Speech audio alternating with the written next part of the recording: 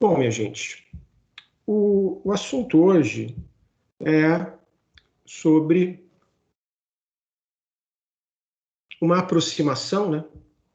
Uma aproximação ao objeto de estudo da filosofia da arte, particularmente pensando um pouco a diferença da filosofia da arte para outras áreas, tais como a estética, tais como a história da arte, a crítica da arte, e tem mais uma infinidade de coisas sobre arte, né? Várias ciências particulares sobre a arte, e também tentar compreender um pouco a definição de arte, o que a gente está entendendo por arte e como é que foi um pouco da evolução histórica desse conceito, que teve algumas mudanças no decorrer da história. A gente vai ouvir cachorro latindo agora. É hora do pessoal da coleta do lixo. Então, o cachorro late mesmo. É assim que acontece. Muito bem. Então, a gente vai partir desse quadro aqui para ver um pouco a diferença dessas 4 áreas. A gente chega a algumas definições aqui. O importante, né, já desde logo, é importante frisar que não há consenso, tá, entre distinções de objeto de estudo. Não há consenso. Eu já falei isso aula passada. Tem pensadores que não dissociam o objeto da estética do objeto da filosofia da arte. Tem autores que distinguem muito bem isso, né? Às vezes é muito difícil você distinguir o objeto do historiador de arte do próprio crítico de arte, porque ambos têm que eles têm que ter uma metodologia muito próxima, né? Metodologia no que diz respeito à investigação sobre o objeto artístico. Enfim, isso aí então a gente vai se aproximar dessas distinções aí. Não é que seja tão definitivo assim, tá? Bom, em primeiro lugar, a estética.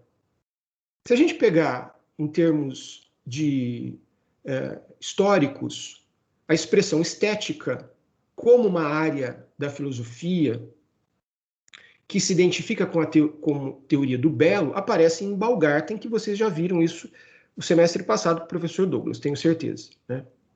Mas enquanto conceito, né, que vai definir uma área dentro da filosofia. Obviamente, o seu objeto, a sua reflexão, ela aconteceu desde sempre, né? Platão, por exemplo, tem lá no texto Hípias, quando ele vai falar sobre o que é o belo, né? Um texto bem interessante, onde Sócrates provoca Hípias, né? Onde você está indo, Hípias? Aí o Hípias fala, eu estou indo dar uma bela palestra. Hípias, então você sabe me dizer o que é o belo? Por favor, então me diga o que é o belo. Aí entrou numa roubada, né? Porque o que ele começou a falar, ele falou, belo é uma jovem virgem. Isso é o belo. Ele falou, mas quando ele começa a dar exemplo ao invés de conceitual, Sócrates pega ele, começa aquele processo dialético todo de humilhação, que para mim é um processo de humilhação, e a ponto dele chegar e falar, não, na verdade eu não sei o que é o belo. Hípias não sabia o que é o belo, Sócrates também não, ninguém sabia o que era o belo, mas tá bom, né? Então, a discussão sobre o belo, que é uma discussão estética, começa lá atrás, né? Começa aliás, começa antes. Antes de Platão, a gente já tem Pitágoras, né? Na doxografia de Pitágoras, quando ele associa a ideia do belo com o perfeito, com o simétrico e com o saudável. Ele faz essa associação desses conceitos. Seja como for, a gente sempre teve uma reflexão na filosofia sobre o que é o belo, né? Mas a disciplina propriamente dita, ela aparece no século XVIII, lá com Baumgarten. Mas a estética, portanto, ela vai ser a teoria do belo, ou teoria da beleza, mas uma coisa é fundamental, que esse belo, ele pode ser tanto produzido artificialmente, ou o belo da natureza, né? Que alguns autores, particularmente o Kant, chama de sublime, essa experiência do sublime, que não é o belo, não é a experiência estética com o belo artístico artificial, mas é com o belo da natureza. Você está lá contemplando o pôr do sol, por exemplo, né? E você está sendo arrebatado por essa beleza, que é uma beleza natural, não é uma beleza artificial. A estética, então, ela teria, de modo bem geral, né, ela teria esse objeto de estudo, o belo enquanto tal. A gente pode pensar a estética também como um ramo dentro da teoria do conhecimento, na medida que é uma forma de conhecimento sensível que nós temos, certo? E também pensar o que esse belo produz no homem. Que tipo de experiência esse belo produz no homem? A gente chama isso de experiência estética. Se essa experiência ela é salvadora, se essa experiência nos gera equilíbrio, se ela nos gera a chamada ataraxia, que é aquela imperturbabilidade da alma. Aí a gente tem vários autores que falam disso. Ou se essa experiência estética com o belo nos leva ao sagrado. Então a gente tem a própria teoria de Plotino, a teoria do belo de Plotino e de Santo Agostinho, que fala, né? Bom, os neoplatônicos, de um modo geral, falam que o belo, né, a experiência estética com o belo, é uma forma de você ascender, de você chegar ao sagrado, ao imutável, né, ao nous. Muito bem.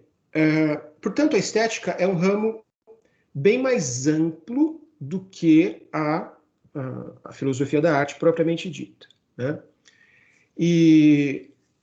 Mas alguns autores, aí que eu digo, mas alguns autores, o tipo de reflexão que eles fazem está mais voltado para a filosofia da arte do que a estética propriamente dito. Dependendo como a gente conceituar a filosofia da arte, que é o que a gente vai fazer na sequência, né? Então, a filosofia da arte. Enquanto disciplina, assim como a estética nasce como disciplina em Baumgarten, lá no século XVIII, e veja, o tema da arte no século XVIII, ele é bastante recorrente na filosofia, tá? O próprio Rousseau é que vai fazer o verbete de arte na enciclopédia francesa. Quem se ocupa desse verbete é Rousseau. E ali ele já explora as várias possibilidades de reflexão sobre a arte. Então, é no século XVIII, sobretudo com o movimento iluminista, né, que as artes elas vão ganhar mais prestígio em termos de reflexão, de crítica, de estudo sobre a arte. Particularmente a arte das belas artes, tá? Das belas artes. Daqui a pouco a gente chega lá na definição disso daí. A filosofia da arte, enquanto disciplina propriamente dita, ela aparece, isso em termos didáticos, né? Ela aparece na obra do Hegel. Na obra dele, que por acaso se chama Estética, e não se chama Filosofia da Arte, se chama Estética. É uma obra extensa, onde ele vai fazer uma análise de cada uma, né, das chamadas belas artes. E quais são as belas artes? 5. Música, teatro, poesia, pintura e escultura. Então ele vai fazer uma análise das obras que desde a antiguidade, tal, que se tinha lá, ele vai fazer uma reflexão sobre as obras das belas artes. E ele diz que a filosofia da arte se debruça exatamente sobre as belas artes, sobre os objetos das belas artes, né? Então, ele examina, aqui no slide, ele examina a finalidade da arte, como ele é um idealista, né? Ele vai tentar encontrar um telos para a arte, uma finalidade da arte.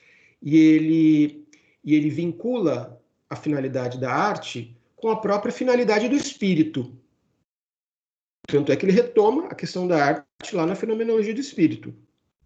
Então, a arte encarada como uma manifestação sensível da ideia, Ou seja, a arte nada mais é do que uma encarnação da ideia, que é o espírito absoluto, né? Vamos lembrar que, para Hegel, o movimento da história é dialético e o momento positivo, vamos dizer assim, é um movimento, é um período, é um momento de produção cultural, em que o homem ele está, né, como senhor da razão. É um momento civilizado. Então, é esse o momento em que aparece o produto artístico propriamente dito. E depois a gente vai ter uma antítese, que é o movimento contrário. E a gente pode identificar isso, assim como ele fez, né, no próprio movimento da história da arte. Da história da arte. Determinados momentos, eles têm uma arte mais racional e depois vão para uma arte mais emotiva, mais primitiva. E depois eles voltam para uma arte mais racional e assim vai. Então, por exemplo, se a gente pegar, né, na história do Ocidente, da Antiguidade Clássica para cá, né, na própria Antiguidade Clássica, na própria Antiguidade, né, o período clássico, você tem uma arte extremamente racional, simétrica, padronizada, canônica, ou seja, com regras bem estabelecidas, né? E depois, com o helenismo, no período do helenismo, século III, aí, começa no século III a.C., você começa a ter uma arte mais emotiva, mais violenta, mais cheia de movimento, não tem aquele apelo à assimetria, aquela ordem, né? Um bom exemplo disso é a própria obra de Laocoonte, aquela estátua de Laocoonte que todo mundo deve lembrar como que é Laocoonte e aquelas serpentes que estão matando os filhos dele e ele também, né? Cheia de movimento, cheia de vibração dramática, uma estátua daquela. É do período helenístico, que é um movimento, que é um período mais emotivo.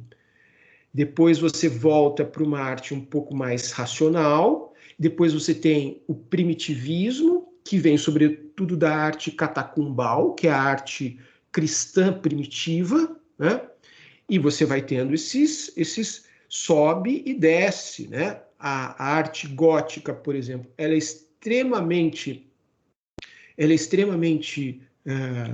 apelativa, o apelo para as emoções, né? E depois o Renascimento, você volta, né, aquele classicismo da antiguidade, na simetria, né, no equilíbrio da forma, o padrão das cores. Na sequência, a gente tem o quê? O barroco. Quer dizer, tem o maneirismo e o barroco. Aí decai para uma vibração enorme de sentimento e volta para o neoclassicismo e depois descamba ladeira abaixo no modernismo. Né? O modernismo daí já destrói tudo. O Hegel fala que esse movimento histórico é o próprio movimento do espírito, né? Que ele vai, segundo Hegel, ele vai se aperfeiçoando nesse movimento dialético, portanto, o Aufhebung que ele fala, né? Esse conceito de suprassunção, ou seja, então ele tem um momento racional e depois ele vai para um momento emotivo. A síntese disso vai tentar ser exatamente a síntese desses dois momentos. Essa é a suprassunção. Essa síntese é uma terceira coisa que vem exatamente dessas duas naturezas. Ela carrega em si essas duas naturezas, né? E assim vai a história. Isso para Hegel.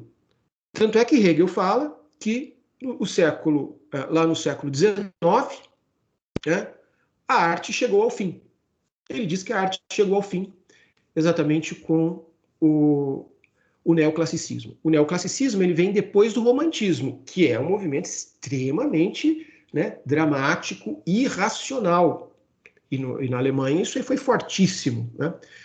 Mas ele fala que a arte chega ao fim, que depois dali, a partir do século XIX, só teríamos um eterno retorno, só teríamos uma revivescência dos cânones artísticos das artes que vieram anteriormente. Né? É claro que ele está falando isso porque ele acha que chegou num ponto de perfeição artístico. E ele está vendo que o neoclassicismo nada mais é do que uma cópia do Renascimento, que, por sua vez, né, tem as suas bases lá na Antiguidade Clássica. Então ele está vendo que agora a coisa começa a patinar e não ter progresso, em relação à arte, pelo menos. Em relação à arte. Tá? Seja como for, alguns autores contemporâneos concordam com Hegel, que a gente só poderia falar em arte até o século XIX, que os movimentos modernistas eles criam um outro tipo de manifestação, que já não tem como o objeto de representação o belo. Se não tem como objeto de representação o belo, já não é mais arte, é uma outra coisa. Né? Seja como for, isso são várias opiniões que se tem a respeito, né? Mas o fato é que há essa, vamos dizer, há esse esgotamento da arte lá no século XIX. Tanto é que depois a gente vai ter o século XX entrando com manifestações bem diferentes, né, artísticas. Muito bem, então o Hegel diz que a filosofia da arte, enquanto disciplina, né, ela vai examinar as relações existentes entre a produção artística e os valores sociais, econômicos, éticos, religiosos, levando em consideração o contexto histórico-cultural de cada povo.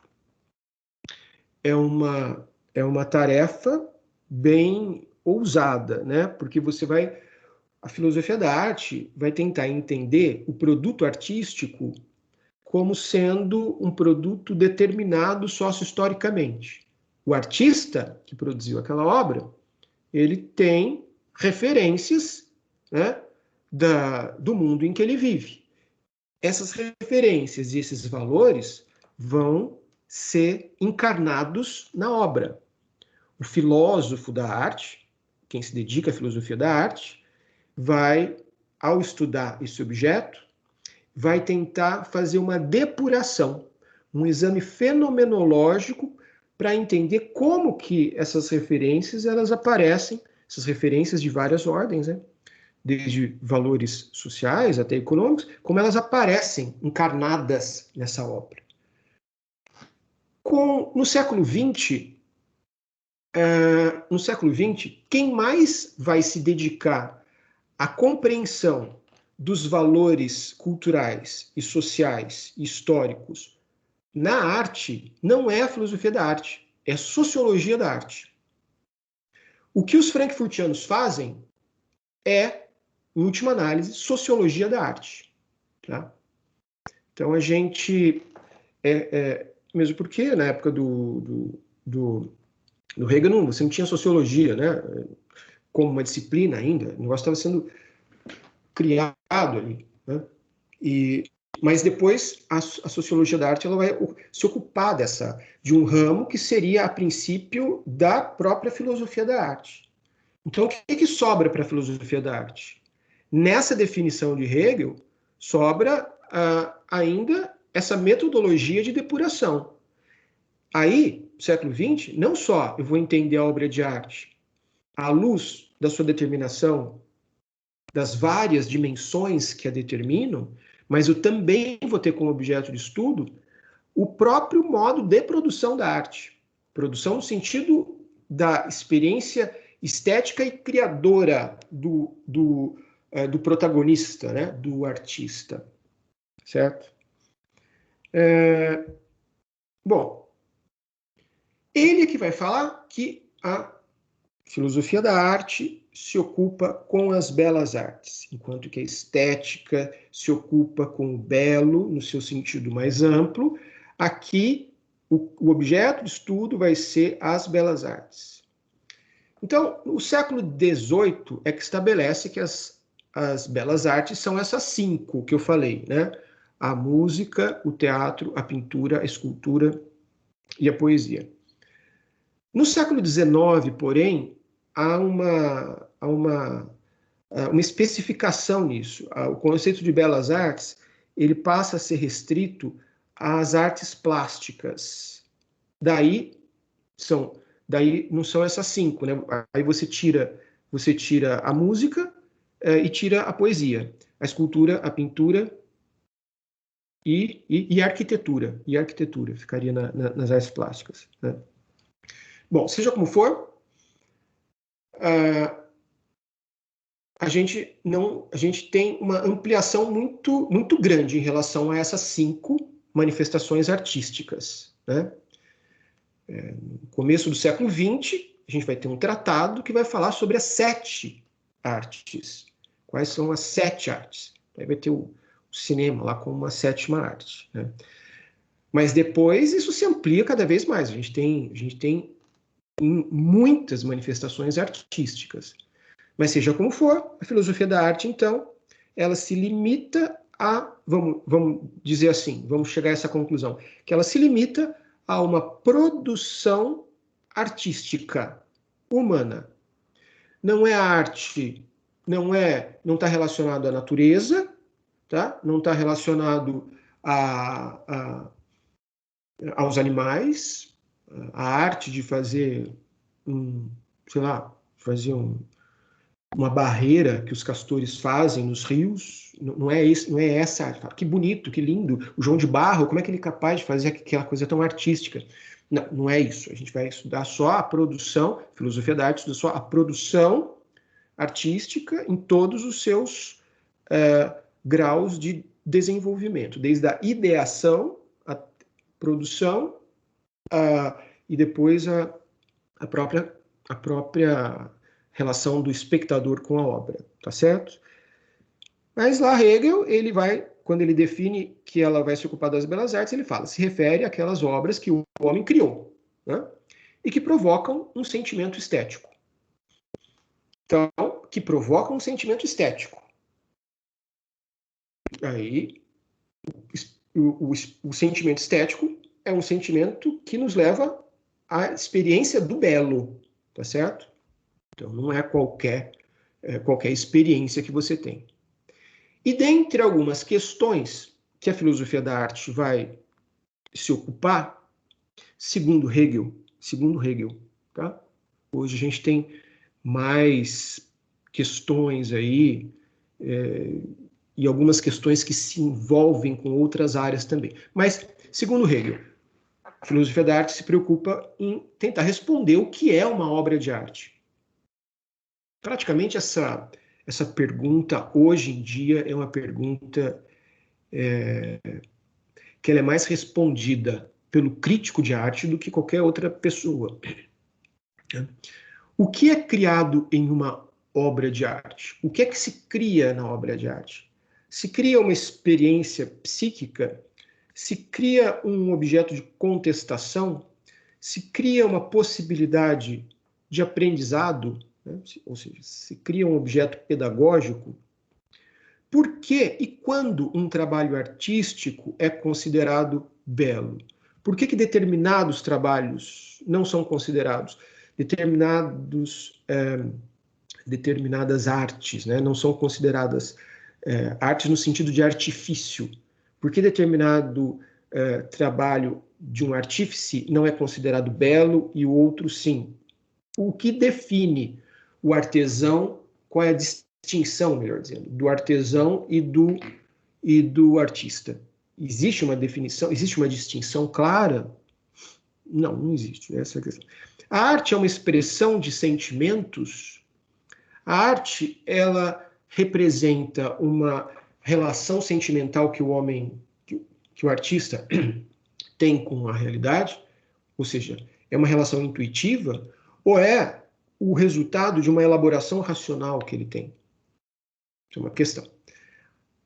Uma questão que aparece em Aristóteles. A arte imita a natureza? Isso é uma pergunta que Aristóteles se fez lá na Poética. A gente vai retomar isso daqui a umas 3 aulas, quando a gente falar da Poética de novo, né? Ou seja, qual é o grau de semelhança que a arte tem que guardar com o seu com seu objeto de representação, um objeto que foi representado. Então, se eu faço um desenho, uma pintura de um riacho, por exemplo, até que ponto, né, essa minha arte, essa minha representação tem que ser parecida, assemelhada ao riacho propriamente dito? Essa é uma discussão que tem, então, desde a antiguidade. Dependendo da estética, do movimento estético, essa proximidade ela não pode se dar de maneira factual, e dependendo, ela tem que lidar de uma maneira ideal e por aí vai. E dependendo, não tem que representar nada, tem que representar a forma como o homem percebe, não como ele sente as coisas. Depois eu vou explicar melhor isso, que é importante esse detalhe. Então, essas seriam as questões fundamentais da filosofia da arte de que Hegel está propondo. Tá? De que Hegel está propondo. A história da arte. O historiador, como todo historiador, tem que trabalhar com fontes documentais. Então, é o historiador que ele é capaz de atribuir a veracidade, ou seja, a autenticidade de uma obra, e é capaz de incluir essa obra dentro de uma classificação historiográfica, né? E, sobretudo, né, incluir o autor dessa obra, se tem acesso a esse autor. Então, a história da arte ocupa-se da classificação, da verificação e descrição dos fenômenos artísticos nos diversos contextos histórico-culturais. O historiador da arte, ele tem muito mais emprego, para o historiador da arte do que para o filósofo. Bom, até aí, né? O que é que sobra para uma pessoa que faz filosofia? Mas o historiador da arte, por exemplo, ele pode trabalhar junto com departamentos de patrimônio históricos, né? E dentro do departamento de patrimônio histórico, é ele, o historiador, sobretudo o historiador da arte, é que vai avaliar objetos de arte, estamos falando aqui, objetos culturais, né? A originalidade das coisas, vai datar isso daí, e ele vai dar, então, ele vai auxiliar os relatórios, os pareceres, e ele vai atuar, isso que é bem interessante, ele vai atuar junto com os restauradores, porque é ele que vai dizer, é ele que tem a palavra final para dizer que tipo de azul que pode ser pintado o manto dessa santa que está aqui no quadro, e que a gente vai restaurar agora.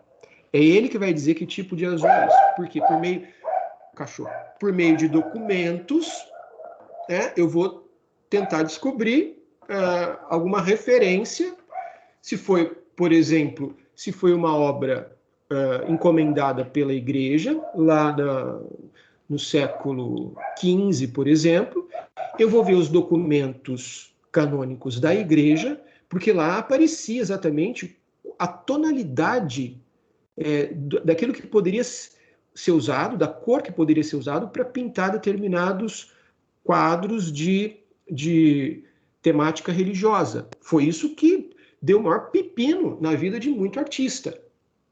El Greco, por exemplo, quando ele pinta a Assunção de Nossa Senhora, ele usa um vermelho, porque ele está no maneirismo, ele está lidando com a questão das cores e não das formas. As cores é que ocupam um lugar principal na obra dele. Só que ele vai usar um vermelho que depois vai ser questionado pela igreja. Fala assim, espera lá, esse vermelho não pode, porque esse vermelho está muito mais satânico do que angelical, né? Então, vamos conversar. Você vai ter que mudar essa cor aí. É assim que funcionava. E quem vai saber isso? É o historiador. É o historiador que vai ter esses parâmetros através de documento, né? O historiador vai analisar contrato de artistas, por exemplo.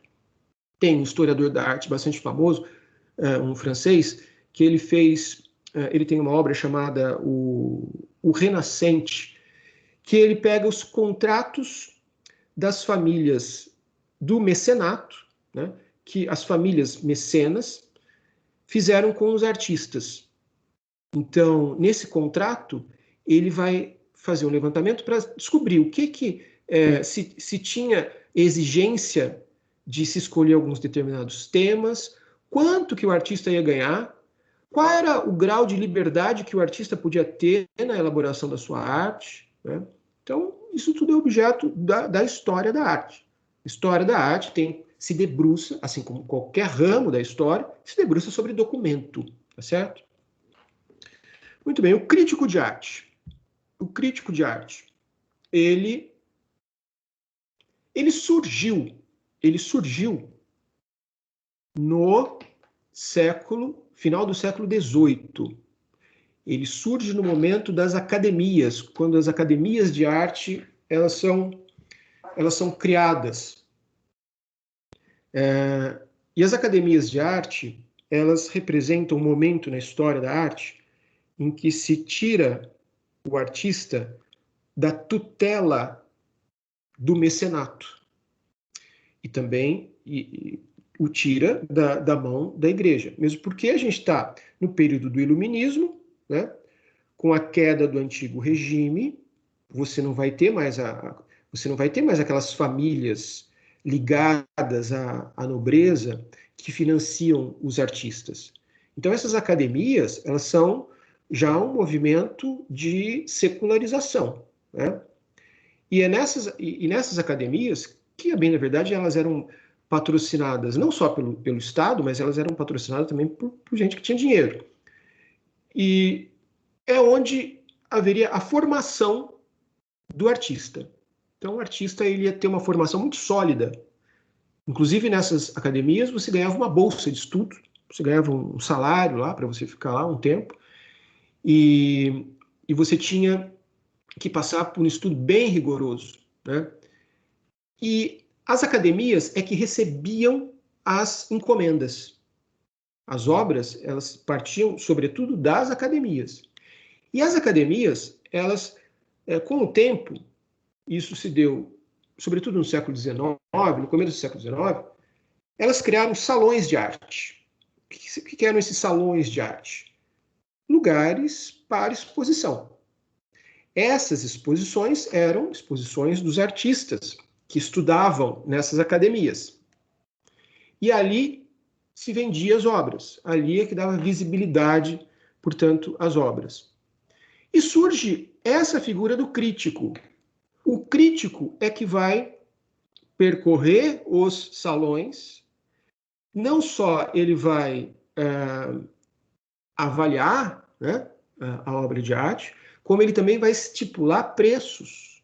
É ele que vai estipular preços. O crítico aparece num momento da história da arte muito, muito complicado pelo seguinte, quando no século XIX, mais para o fim do século XIX, é o período das grandes escavações arqueológicas. Então, é o período em que se descobrem muitas obras de arte do Egito, muita coisa da Grécia, muita coisa no Oriente. E para onde vai parar? Onde vai parar todas essas coisas? Vai parar no mercado paralelo e nos museus, que começam a se constituir exatamente no século XIX, como o desdobramento desses salões de arte. Dos salões de arte, a gente vai ter os museus. E os museus, minha gente, não se iluda com a vida. Museu é lugar de pilhagem. Quer dizer, o museu, o que tem dentro do museu, uma boa parte foi roubado de algum lugar. Você vai no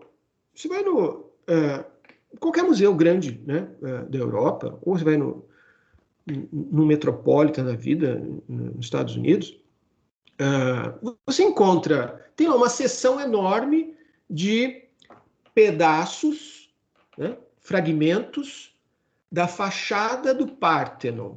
Mas como é que aquilo foi parar lá? Me fala, como é que aquilo foi parar naquele museu? Aquilo pertence a quem, afinal das contas? Então, isso se deu, o grande movimento do mercado, né, começa com as escavações no Egito. Você tem múmia em tudo quanto é lugar. Você tinha múmia até no Museu de História Natural aqui do Rio de Janeiro, que pegou fogo ano retrasado. Né? E de onde veio essa múmia? Vai saber quais foram os meandros da coisa. Então, você tem museu egípcio espalhado no mundo inteiro. E certamente isso foi resultado de um mercado bastante. Tem vários filmes que falam sobre isso, até o próprio. Aquela porcaria, como é que chama? O Código da Vinci fala sobre isso também. Mas, enfim, você tem um monte de relatos, né, de como que uma obra percorreu por navio, por isso, por aquilo, até chegar num determinado museu e tudo mais. E quem é a figura central nesse processo? É o crítico, porque ele vai estabelecer o valor. Ele vai ser o responsável agindo com o historiador de arte, mas muitas vezes ele faz isso pela própria formação dele, que a maioria é historiador, né? Eles avaliam e dão o aval da originalidade, da autenticidade da obra, e eles, sobretudo, estabelecem a relação, não só econômica, né, do valor, mas também a relação do artista para a divulgação de sua obra. Ou seja, ele é que vai se responsabilizar também, né, e sobretudo, pela valorização que vai aparecer nos meios de comunicação. Então, ele faz essa relação pública da obra para com o meio. E a gente está falando aí de mercado. Então, o crítico, ele é uma figura capitalista. É do capitalismo que brota esse crítico, que vai avaliar. Ele vai avaliar mediante, né, uma perspectiva econômica baseada no mercado atual dele lá. Então, crítico de arte aqui faz o exame do condicionamento que certos conceitos estéticos exercem sobre os julgamentos das obras de arte. E ele age de forma, então, a ser um intermediário entre a obra de arte e o público consumidor. Aqui a gente não está nem falando de público do sujeito que vai contemplar a obra. A gente está falando de público consumidor, quando a gente fala de crítico, porque envolve a questão do valor econômico, portanto. Vamos falar um pouco sobre essa palavra que é a arte, né? Para a gente chegar a alguns denominadores aqui, né? Bom, primeiro, essa distinção, que é uma distinção que vai aparecer na história, né? Artes liberais, artes mecânicas e arte poética. Artes liberais. As artes liberais, elas aparecem na Idade Média, sobretudo ali no século VIII, no Império Prussiano, com Carlos Magno, no Império Carolíngio.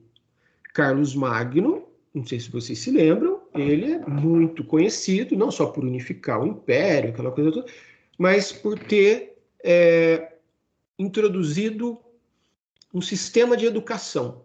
Né? Na Idade Média, a partir do século V, né, a partir da queda do Império Romano, a educação era muito, muito vaga. Né?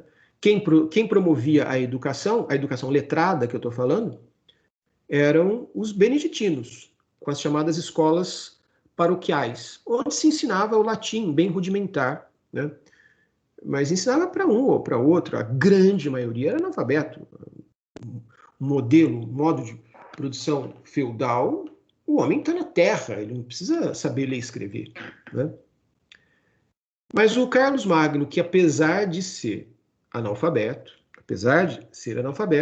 ele cria esse sistema, um sistema educacional, que ele dá o nome de sistema palaciano, e que se baseia exatamente nas chamadas artes liberais. Foi aí que apareceu essa definição.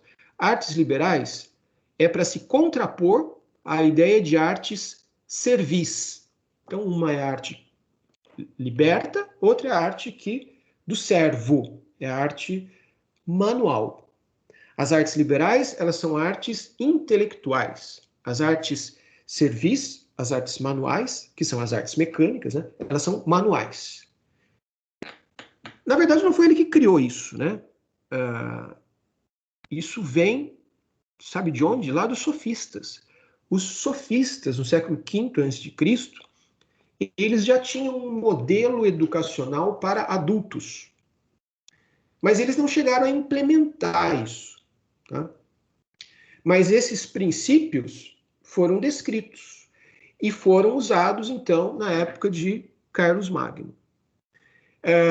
E quais são essas artes liberais? Quando fala arte aqui, na Idade Média, a gente usa o termo latino, ars, A-R-S, ars. Tá? Essas artes liberais eram divididas em dois blocos, né? O trivium, que é a gramática, retórica e lógica juntas, e a dialética. O quadrivium, que é a música, astronomia, geometria e aritmética. Nossa, mas se estudava... Você não se pergunta isso?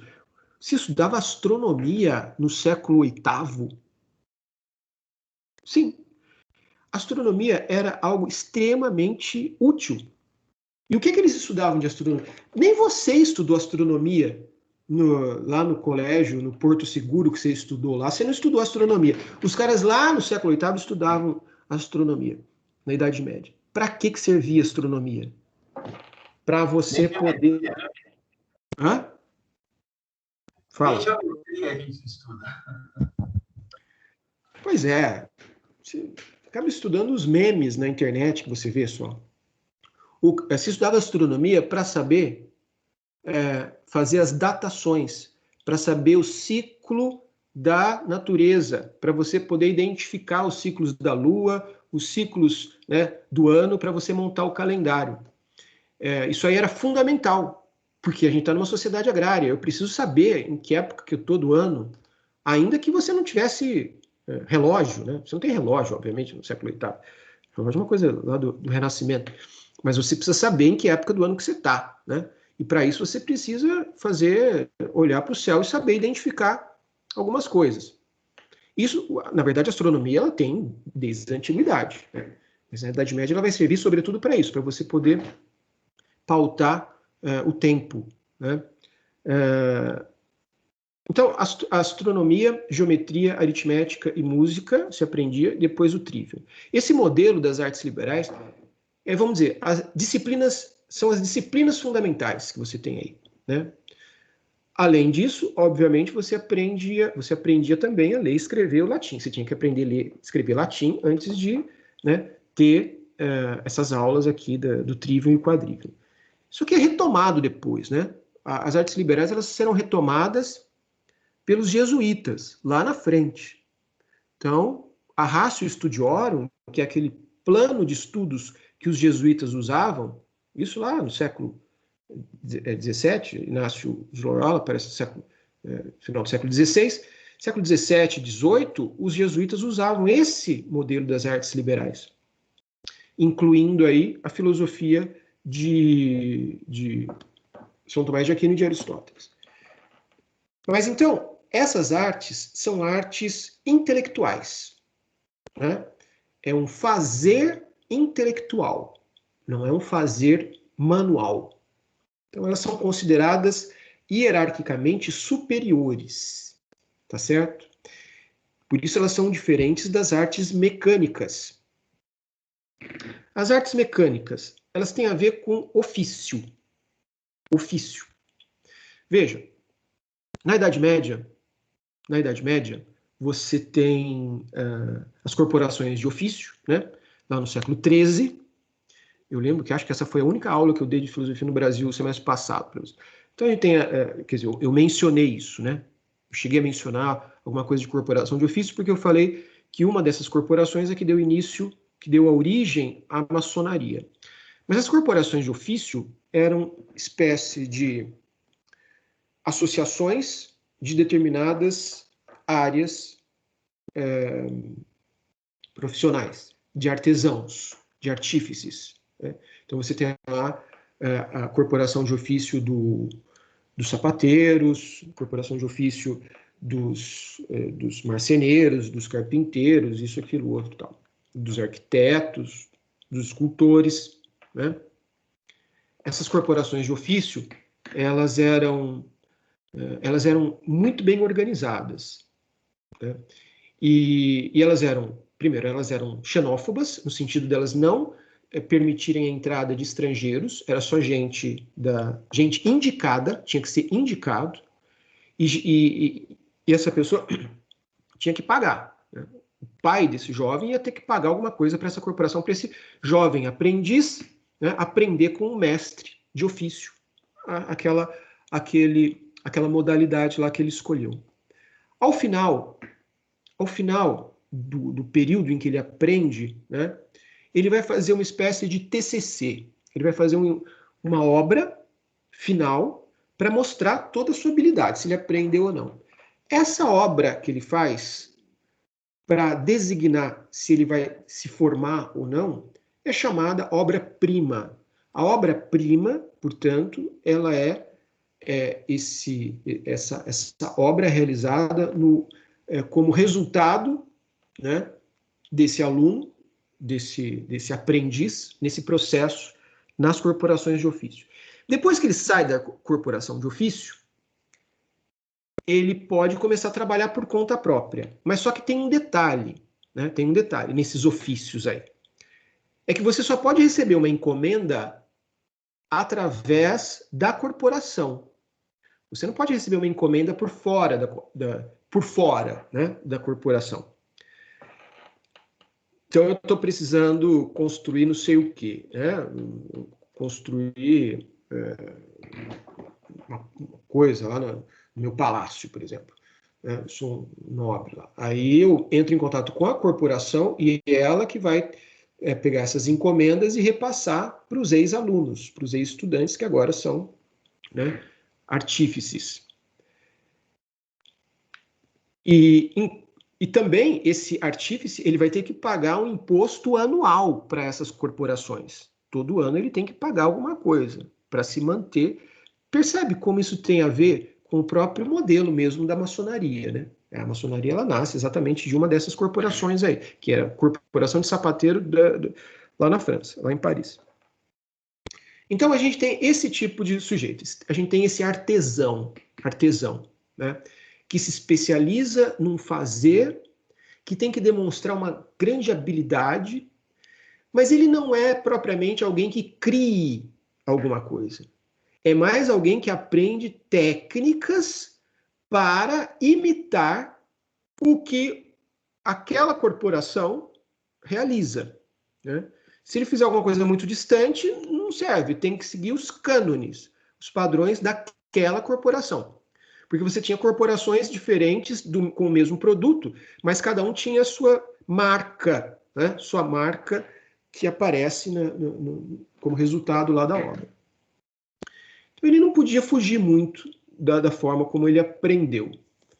Mas com o passar do tempo, com o advento, né, lá no Renascimento, um pouco antes do Renascimento, quando começa a formação dos estados modernos, começa a mudar um pouco o panorama geopolítico, o panorama, né, civil e também econômico. Por quê? Porque começa uma migração, né, começa uma grande migração para as cidades. Aliás, essa migração para a cidade começa desde o século XI, né, com o chamado Renascimento das cidades. Mas quando chega lá, né, por volta do século V, no começo do século V, começa a se formar esses estados nacionais. Então, essas cidades, elas acabam acolhendo a corte. E essas cidades começam a ser muradas, cada vez, né, com muros mais amplos, com um perímetro maior, e começa a ver, então, uma atividade diferenciada dentro dessas cortes, né? E uma dessas atividades diferenciadas é exatamente o surgimento do mecenato nessas cortes. O que é o mecenato?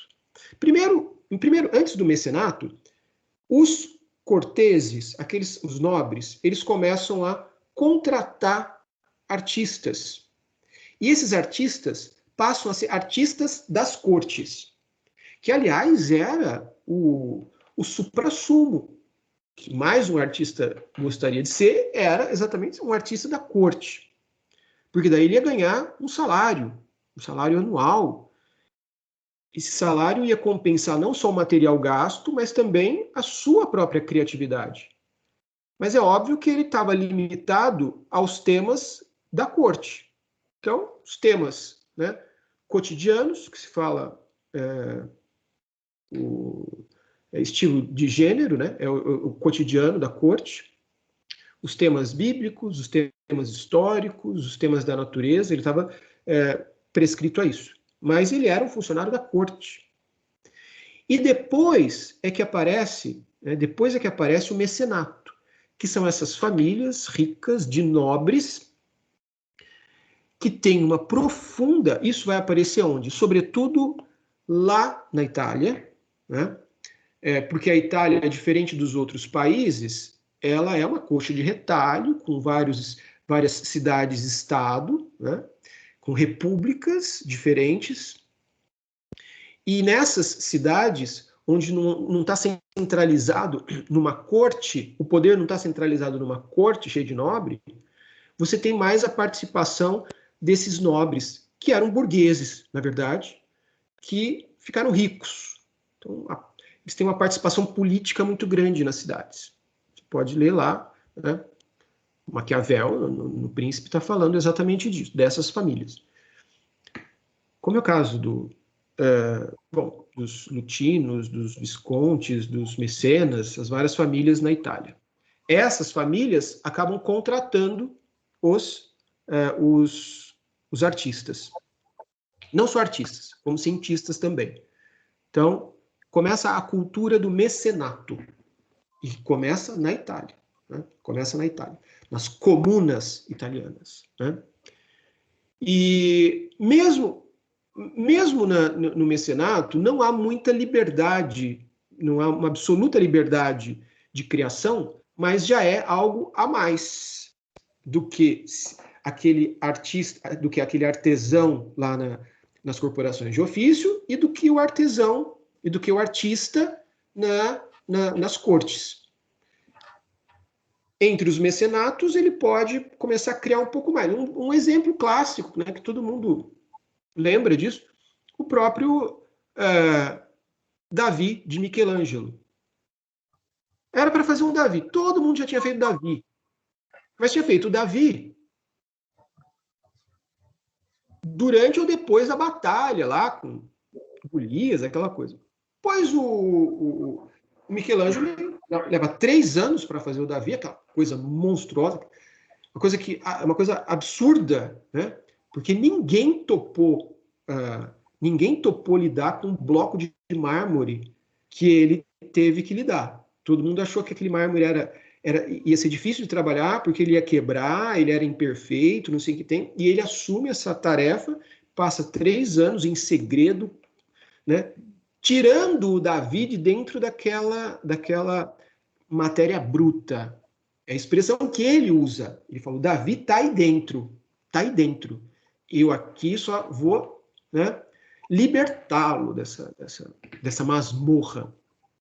E ele cria um Davi perfeito, aquele corpo, mas um Davi antes da batalha.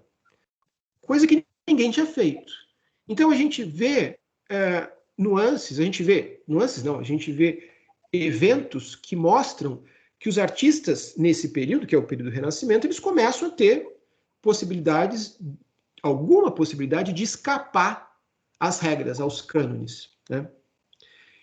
E o artista, ele vai ser, nesse período, ele começa a ser encarado não como um artista apenas das artes mecânicas, das artes manuais, mas como um gênio criador, como alguém que tem uma elaboração intelectual e projeta essa criação na sua obra. Tá? Então, aí que a gente tem uma passagem, né, daquela chamada arte estritamente mecânica para a arte que vai ser a arte, vamos dizer, artística, que é a arte que a gente conhece. Né? Muito bem. Então, as artes mecânicas, fala um pouco mais sobre elas. No século IX, o Scotus, né, o John Scotus Erigena, ele é o primeiro a estabelecer uma classificação dessas artes mecânicas. Então, vamos lembrar que a arte mecânica tem a ver com o fazer, tá? Tem a ver com o conceito grego de tekné. Tekné é que depois, lá na frente, isso vai virar técnica, né?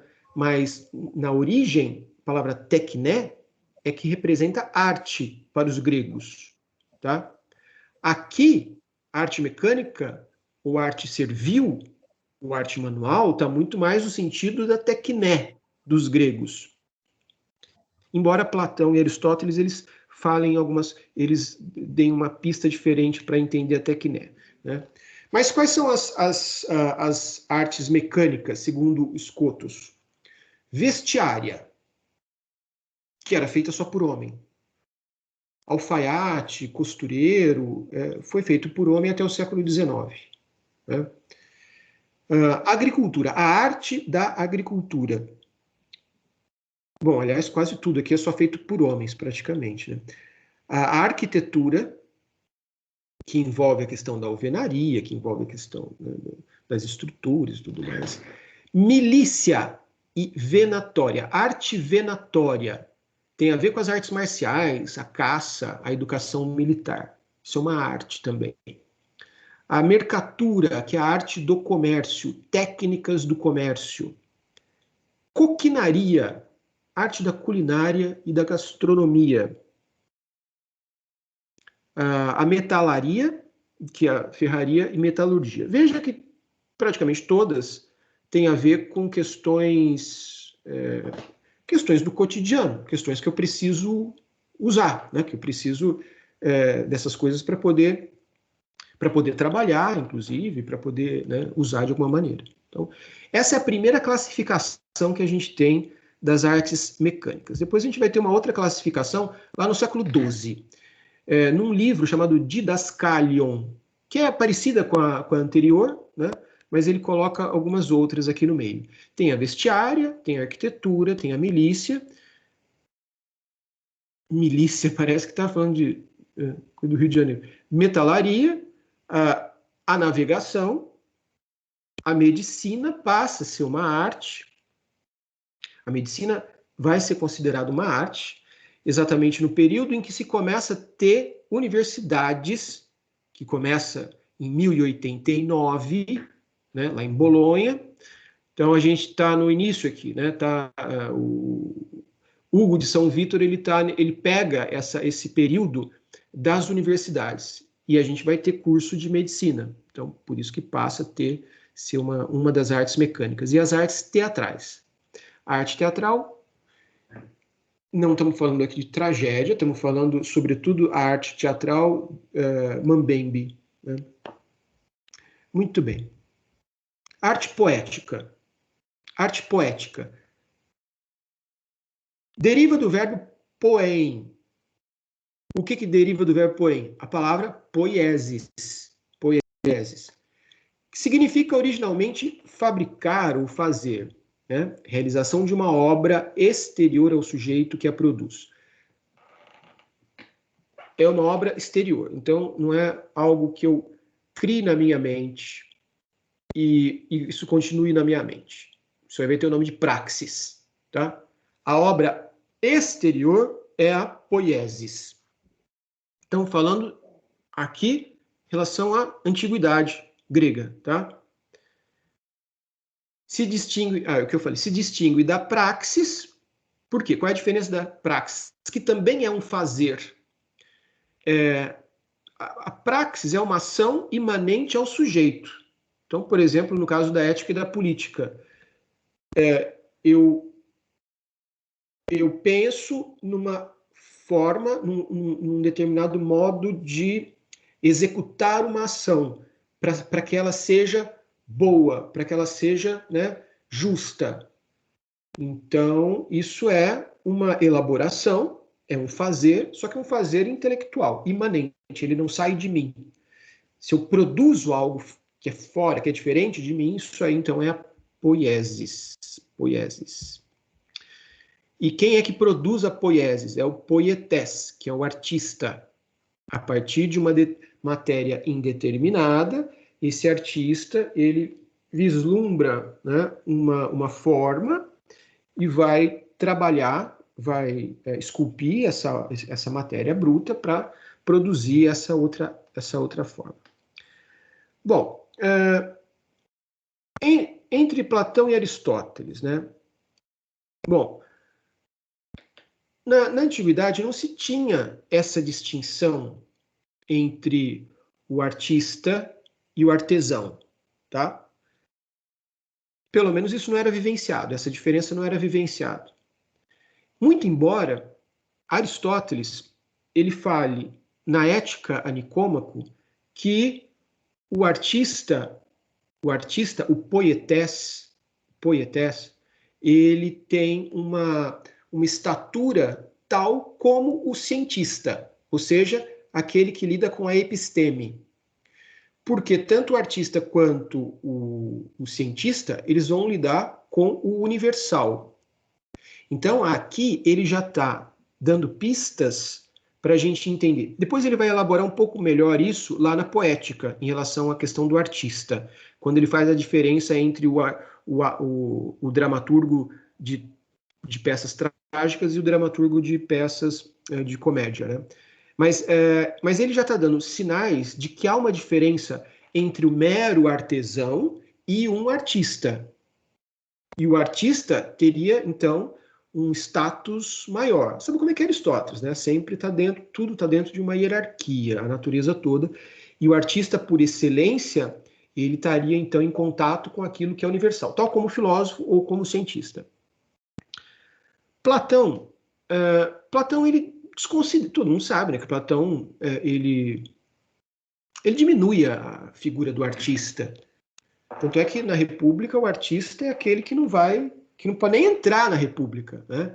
Um cara que vai contaminar os outros lá, porque é alguém que lida com o mundo físico, né? É alguém que está lidando apenas com a realidade concreta, e para ele, né, isso aí é uma coisa menor, por exemplo. Opa, tem mão levantada? Eu não vi. Tá, deixa pra lá.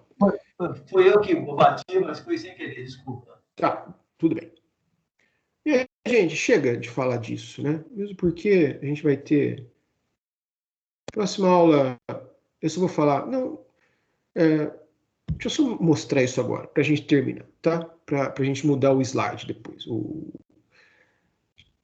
Só no começo do século XX é que vai se estabelecer essa famosa numeração das artes, colocando 7 artes, que a gente está acostumado até hoje, né? Então, foi esse cara, o Canudo, o Ricciotto Canuto, o Manifesto das 7 Artes, onde ele cria esse conceito de 7 artes.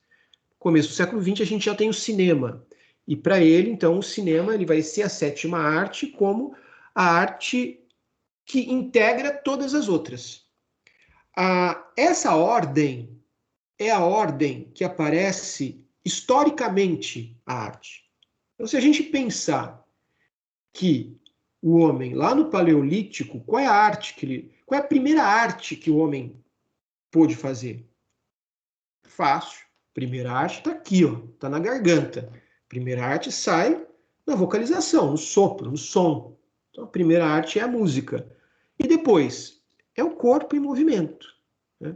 Depois que é a pintura, onde a gente encontra lá as pinturas rupestres. Depois é que o homem começa a usar argila para fazer os seus utensílios, quando ele começa a comer, quando ele começa a cozinhar os alimentos, né? Esse é o período da escultura, que é o momento em que ele consegue trabalhar o barro. A questão do teatro, que talvez a gente coloca o teatro porque o teatro apareceu no século V a.C. e tudo mais. Só que tem uma coisa, o teatro ele pode ter aparecido aqui junto com a dança, né? Junto com a dança, no momento em que o homem vai representar, vou imaginar o homem lá no Paleolítico, que ele depois que ele descobre o fogo, por exemplo, ele vai usar sombras à noite daquela fogueira para representar o animal que ele caçou durante o dia. Isso é uma representação, né? Então a gente poderia... Aqui o teatro aparece em quinto porque foi quando o teatro apareceu no século V, né? Propriamente dito mesmo. Mas ele poderia, sobretudo, aparecer enquanto um ritual, como diz Nietzsche, mais lá atrás. Seja como for, né? Teatro e literatura. Literatura é posterior mesmo, porque literatura tem que aparecer só quando tem a escrita, né? Não vai aparecer antes porque não tem a escrita. E lá na frente o cinema, que vai juntar todas as outras, né? Aí você fala assim, sei lá se você fala ou não, mas você poderia pensar, mas e a fotografia? A fotografia não antecede o cinema? Sim, mas a fotografia, enquanto manifestação artística, ela só vai ser conceituada dessa maneira no século XX, no começo do século XX, que existem movimentos artísticos fotográficos. Ela não é considerada uma arte.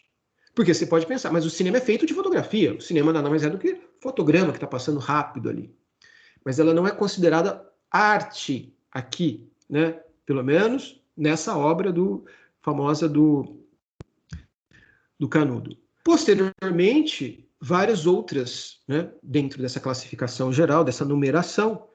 Aí sim que vai aparecer a fotografia, né? Porque na década de 20 é que vão ter os movimentos naturalistas, realistas, o surrealista vai usar a fotografia como expressão artística e tudo mais. A banda desenhada, BD, o que é banda desenhada? Quadrinho. Tanto é que em francês, os quadrinhos se chamam BD, né? Que vem de banda desenhada. Quadrinho é uma forma de uma arte. Os jogos eletrônicos, daí você tem um monte de possibilidades aí. A arte digital como um todo. Mas aqui está faltando coisa, né, gente? Aqui está faltando a arte que não acaba nunca. A arte sobretudo de manifestação corporal, que está faltando aqui, né? Arte de intervenções urbanas ou em qualquer outro espaço, a arte